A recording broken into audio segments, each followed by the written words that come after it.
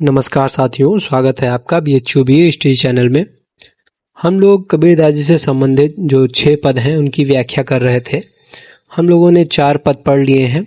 आज 5वां पद है, देखते हैं। माया महा ठगनी हम जानी। आइए इसकी व्याख्या देखते हैं। माया महा ठगनी हम जानी, तिरगुन फांस लिए कर डोले, बोले मधुरी बानी।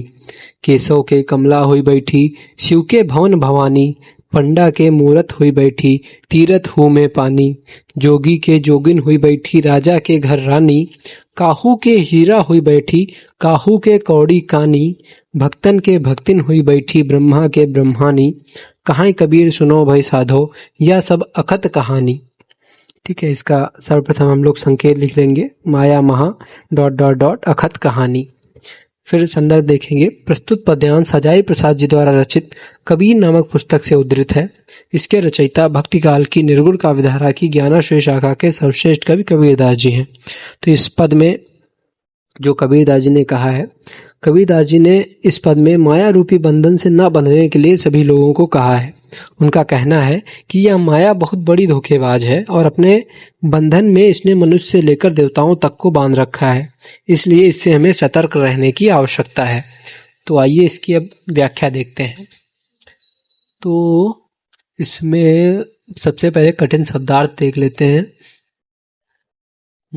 जोगिन राजा, कोई भी वैसे कोई कठिन शब्दार्थ है नहीं। आइए इसकी व्याख्या ही देखते हैं। माया महा ठगनी हम जानी। कबीरदास जी ने माया मोह के बंधन से दूर रहने के लिए लोगों को सावधान करते हुए कहा है कि माया बहुत बड़ी धोखेबाज है, इसके बंधन से कोई भी बच नहीं पाया है। तिरगुन फांस लिए कर डोले, बोले मधुरी बानी।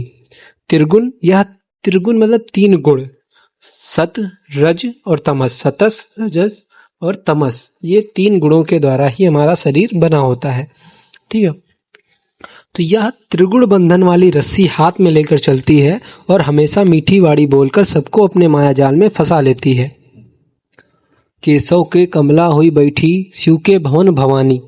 यह माया भगवान विष्णु, केशव विष्णु के घर लक्ष्मी के रूप में, कमला लक्ष्मी का ही पर्यायवाची है कमला, क्योंकि वो कमल पे विराजमान है। लक्ष्मी के कमला हुई बैठी, शिव के भवन भवानी। भगवान विष्णु के घर लक्ष्मी के रूप में, शंकर के घर पार्वती के रूप में।